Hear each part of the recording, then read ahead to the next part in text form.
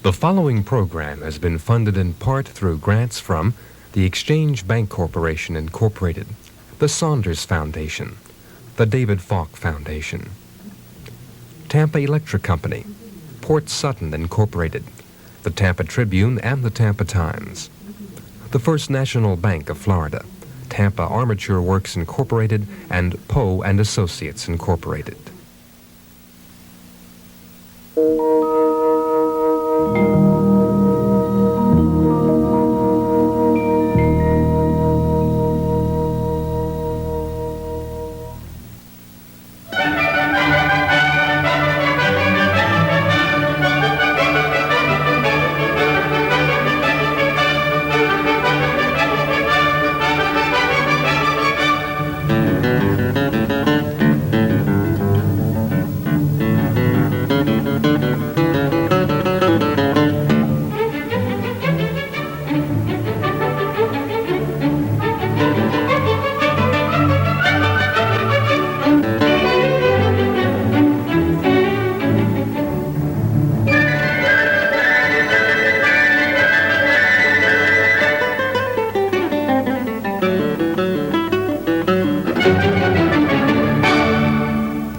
What is a city? Is it tall buildings, factories, highways choked with traffic? Or is it people? Different races, colors, and creeds living together, sharing their individual customs for the common good of us all. This is our city. This is America. I pledge allegiance to the flag of the United States of America and to the republic for which it stands, one nation, under God, indivisible, with liberty and justice for all. I pledge thee my allegiance, America the bold, for this is my country to have and to hold. Francis Bellamy wrote this Pledge of Allegiance in 1892 in honor of the 400th anniversary of the landing of Columbus. Bellamy came to Tampa in his sunset years to become the first advertising director of Tampa Electric, and he died here in 1931. Today, Bellamy's little pledge is recited by naturalized citizens and by school children throughout our country. So it is fitting that one of our newest schools honors him. This episode of Tampa's history we call seasoning the paella, an expression we borrowed from Tony's book. We gave it that name because a paella is a Latin dish which consists of a wide variety of ingredients. A little bit of fish, meat, vegetables, rice, a little bit of everything. Isn't that right, Tony? Just like Tampa. That's right, Joyce. You know, Joyce, the first ingredient that went into the Tampa paella of nationalities were the Cubans and the Spaniards. The Spaniards brought their cigar factories here from Havana and also from Key West and started the community which we know today as Ybor City. And the great number of people who actually populated Ybor City were the Cubans. They were the finest artists in making cigars in the world. And all of a sudden, like a mushroom in the night, Ybor City just flourished. And the Cubans lent a tremendous color to the community, and of course, the money they earned really gave the early Tampa a real boost in the arm. So those two nationalities are really responsible for Tampa starting on its industrial path in the 1880s. As soon thereafter, they were joined by the Italians. They were farmers from Sicily. They settled in the eastern fringe of Ybor City, and they were a very frugal people. They set up their cottages and developed little gardens, and later they went into farming, and they raised cattle and went into the dairy business, and after a while they started opening up grocery stores. From there they graduated into becoming cigar makers in the cigar factories. And after the Second World War, their youngsters entered a lot of the professions. Oh yes, one thing that the Italian always wanted to do was to educate their children and give them a better life. So in many cases, the children went to college, became lawyers and doctors, and others entered business. And so through the years they have prospered. We have we see today that you find Italians in the political sector, business, and But professions. not all of the immigrants were Latins, were they, Tony? Oh no, we had, along with the Cubans, Spaniards, and Italians, we had a sizable influx of Germans in the early days. They went into, they established machine shops. In fact, two of the big families, one came from Chicago, established a big cigar box factory on 7th Avenue and 17th Street. And a little later on, there was another factory established for cigar boxes. And it wasn't very long that there were so many Germans here that they established a beautiful club building here, the Right. German-American Club. Well, it was about the same time, the middle of the 1880s, that we got the first real wave of Jewish immigration into our area also. That's right. Many of them followed Ybor, and they were involved in the cigar industry, but others were in commerce, and as commerce and industry grew in Tampa, so did the Jewish population. One important thing that we have to remember about them is that from the very beginning, they felt that Tampa was a cosmopolitan city. By that I mean that it was a place where the citizenry had very little intolerance of people who were different in customs or style, and they appreciated it, and there were enough Jews by 1894 that they could charter their first synagogue. They began to show their appreciation for the good place they had to establish homes by becoming active in civic activities, and as early as 1886, Tampa, in the year of its incorporation, had a Jewish mayor elected. His name was Herman Glogowski. That's right. It was there were a long succession of other civic leaders, both volunteer and elected, to follow this first Tampa mayor of Jewish origin. We can't forget that they were very philanthropic, and names like Daisy Waterman are synonymous with the Lighthouse for the Blind. It was Abe Moss who, in the early part of the century, founded the first old people's home, and his wife Bina, who was instrumental in making the Children's Home of Tampa a solid going institution. They were patrons of the arts, and like the Italians, they loved music and theater, and they gave much of their time and energy and material wealth to making Tampa a cultural center, at least as much as they possibly could for the day. And when one walks through the commercial areas of our city, we have to wonder what it would be like had there not been such families to establish stores as Moss, Wolf, and Falk.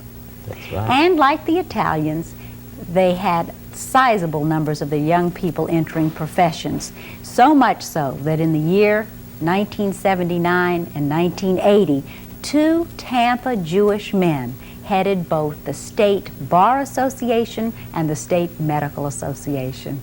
Something we can be very proud of. That's for sure.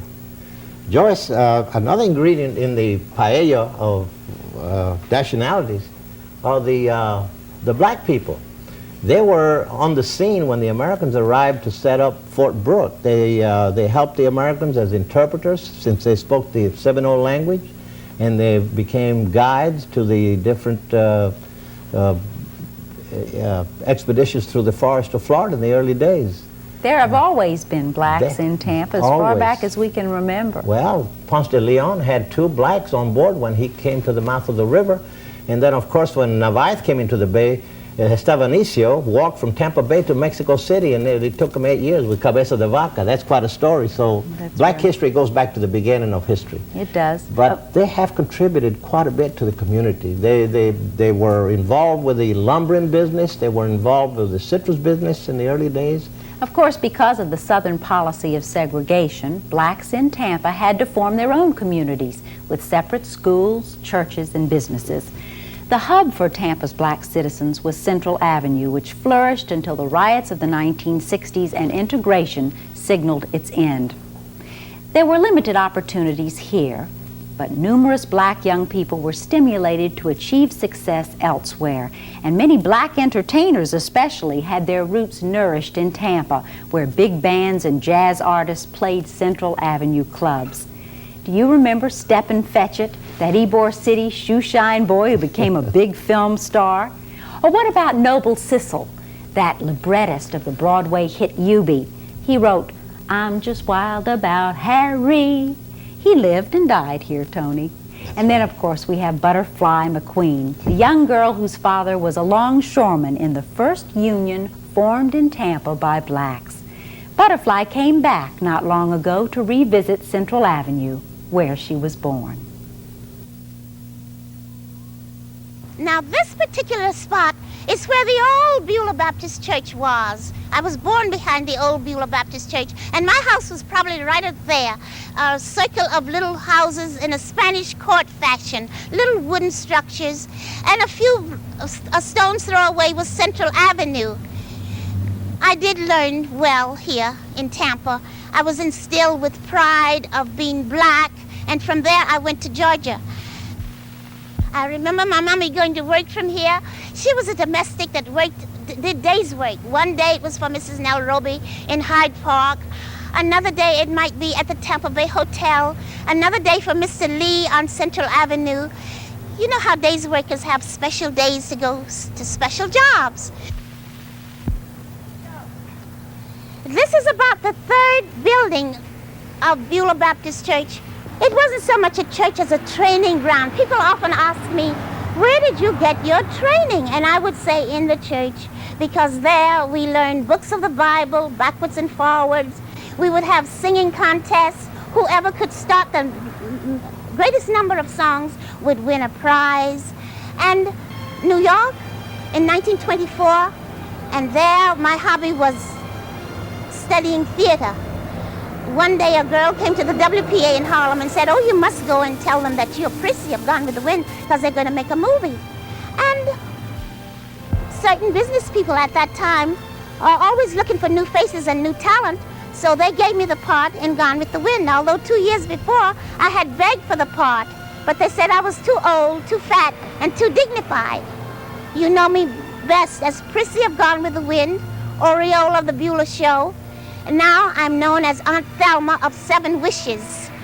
And I hope to go on entertaining as long as I can, making people laugh, making people happy.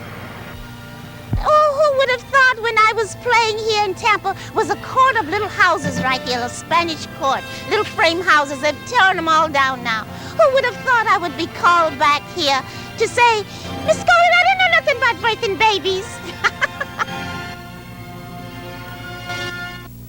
Joyce, as each wave of immigrants arrived in Tampa, they formed their own clubs. In those days, Tampa was a very small village, as you know, and Ybor City was in the middle of a wilderness. There was very little people could do after they got through making cigars. They had nothing to do but go home. So they started building the centers for their social activities, and this is the way the clubs evolved. The first club was the Liceo Cubano, which the Cubans had. And then later in years, the Spaniards in 1892 formed their club. In 1894, the Italians formed their club. And by 1902, the Centro Asturiano came into being, as well as the Circulo Cubano that we know today. So it wasn't very long afterwards. I think some of the other, even the Germans organized their own club, and they had a beautiful building. But the need was for medical aid. There were a few doctors, and there were no drugstores in the community, so the Mutual Aid Society guaranteed that they would be well taken care of if they became sick. And they brought Cuban doctors into Tampa, and they established a drugstore at the very beginning, so they were able to feel at ease that they were going to be well taken care of in case of dire need. And the big part that the clubs played was the social part.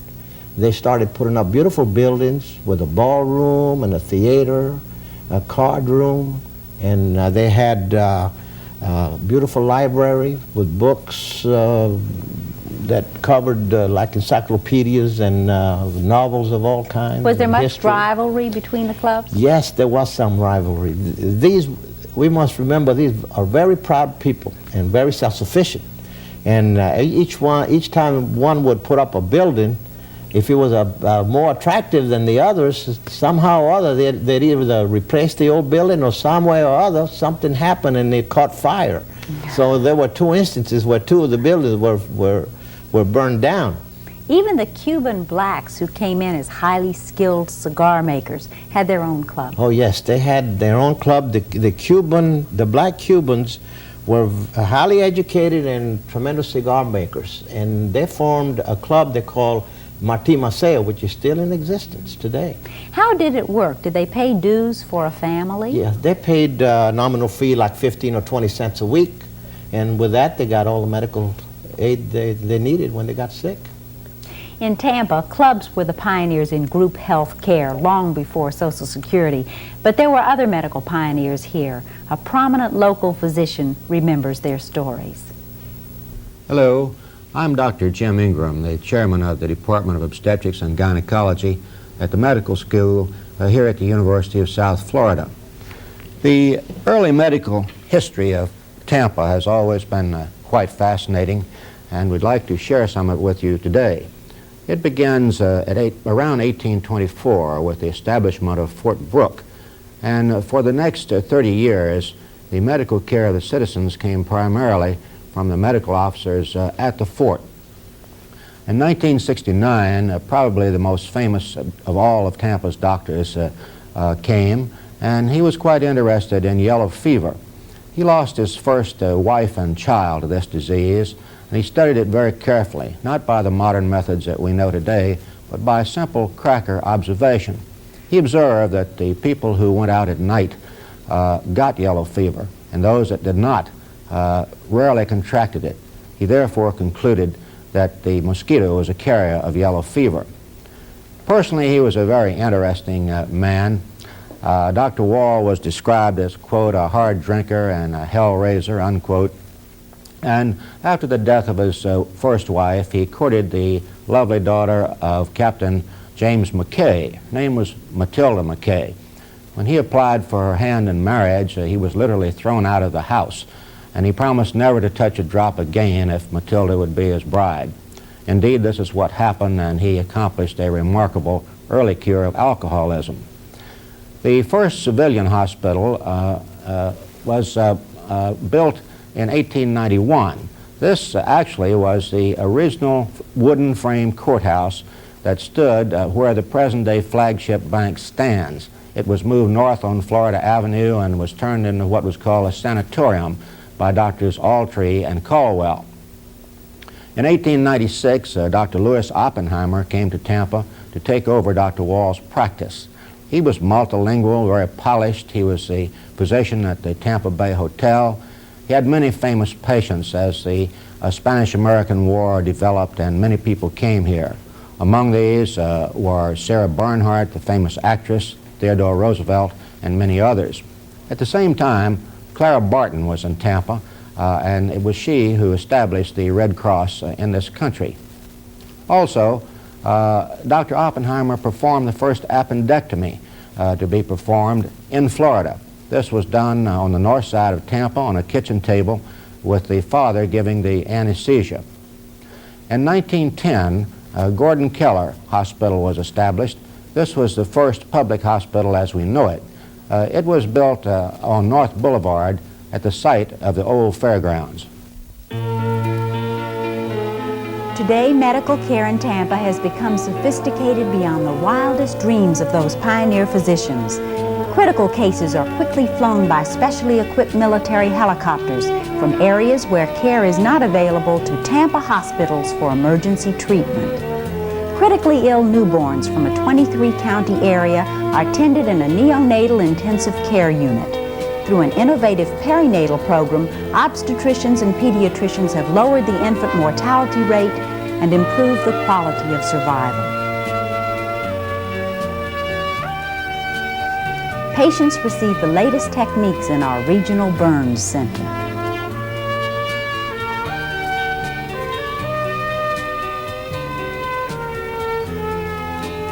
With the use of endoscopy, cameras are attached to a fiber optic tube which is inserted internally. This enables physicians to examine and photograph the digestive and intestinal tracts, reducing substantially the need for exploratory surgery. These sophisticated programs and many more have flourished under the combined efforts of town and university physicians, since the opening of the College of Medicine at the University of South Florida in 1971. Area hospitals and a Veterans Administration hospital, which was built across the street, are used as teaching facilities for the medical school. Gordon Keller served as Tampa's only public hospital from the time it was built until 1927, when it was replaced by Tampa Municipal Hospital on Davis Island. Over the years, Tampa General, as it is now called, has had numerous additions. Today, 6 other major hospitals now serve Tampa: Centro Asturiano, Centro Español, University Community, Memorial, Women's, and St. Joseph's.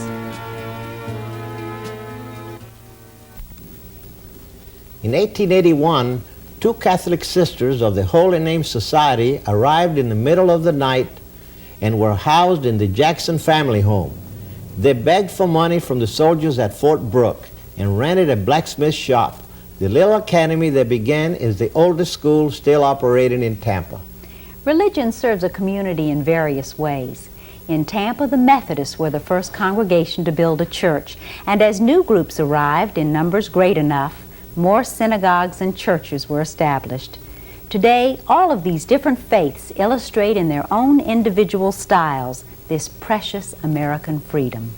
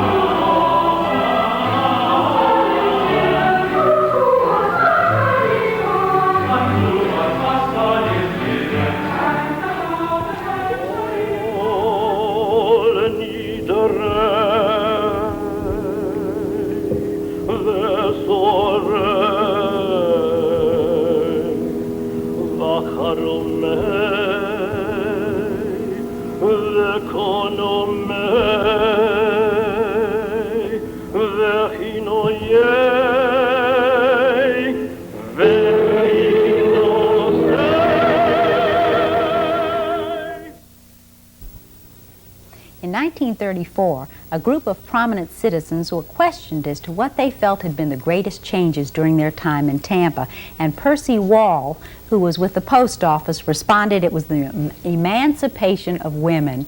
He wrote, "In the old days, she was bundled up and tied up like a bale of hay, with copper-bound corsets, long skirts, and a rat in her hair. We took the corset away and gave her the vote, which was fair enough." That's beautiful. Actually, Tony, it was the women's suffrage movement in Florida which originated right here in Tampa. Responsible for it was Ella Chamberlain, who in 1892 was requested to write a column for a local newspaper on topics of interest to women and children. She responded with, "The world is not suffering for another cake recipe, and the children seem to be faring better than the women." The following year, she organized the Florida Women's Suffrage Association, which was eventually affiliated with Susan B. Anthony's national group. But Tony, women from Tampa have always been full of spirit and spitfire. They certainly have. Back in 1926, Colleen Moore, who was born and spent her formative years in Tampa, was the #1 box office attraction out of Hollywood. She just made the audiences gasp when she appeared on the screen with her hair bobbed. But it wasn't long thereafter that women all over our country were cutting their own locks to look like her. That's I right. think people regarded her as the first film flapper. That's true. What about Betty Skelton? Oh, yes. Betty Skelton was a little more contemporary. I remember her from the 1950s. That woman broke every record imaginable on air, land, or sea. And I remember a publicity stunt she pulled one time. Do you remember, Tony, that there used to be a large whiskey bottle which was an I advertisement? certainly do. It was not far from the city hall, and in recent years it was pulled down because most of the citizens felt that it wasn't fitting. But in those days, Betty Skelton went up in a helicopter and pulled the cork out of the whiskey bottle. I was there. Tampa, with her varied ethnic mix, has always been a cosmopolitan town. But much of the United States was very innocent and isolationist prior to World War I.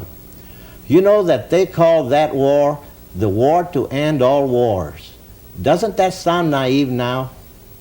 During World War I, Tampa went all out. Its leaders were very much involved in Red Cross drives, Liberty Bond drives. Many of the youth volunteered to serve in the war. But the worst tragedy to hit Tampa was the sinking of the USS Tampa in the Bristol Channel. The entire crew disappeared. And of the crew, 23 were citizens of Tampa. This group of men were memorialized by the Tampa Rotary Club when their names were put on markers along the Memorial Highway. During this period of the war, Tampa became a very busy port city. There were 3 shipbuilding companies, and during this time 20 ships were built for the war, and which employed more than 5,000 people. The economy was really booming during World War I. And I suppose that many of those didn't leave after the war was over, because immediately following the First World War was a time of boom for Tampa. We had many new people coming here to join our old citizens, and they seasoned our paella up royally. We're going to hear more about that part of our history next time. Johnny, get your gun, get your gun, get your gun. Johnny, show the Hun you're a son of the gun. Hoist the flag and let her fly. Yankee doodle do or die. Pack your little kit, show your grit, do your bit.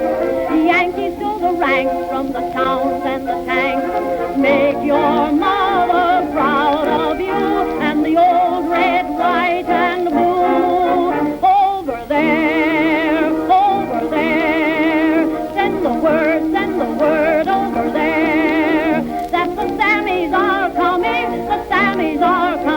the drums coming everywhere. So prepare, say a prayer, send the word to beware. We'll be over, we're coming over, and we won't come back till it's over there, over there, over there. Send the word over there.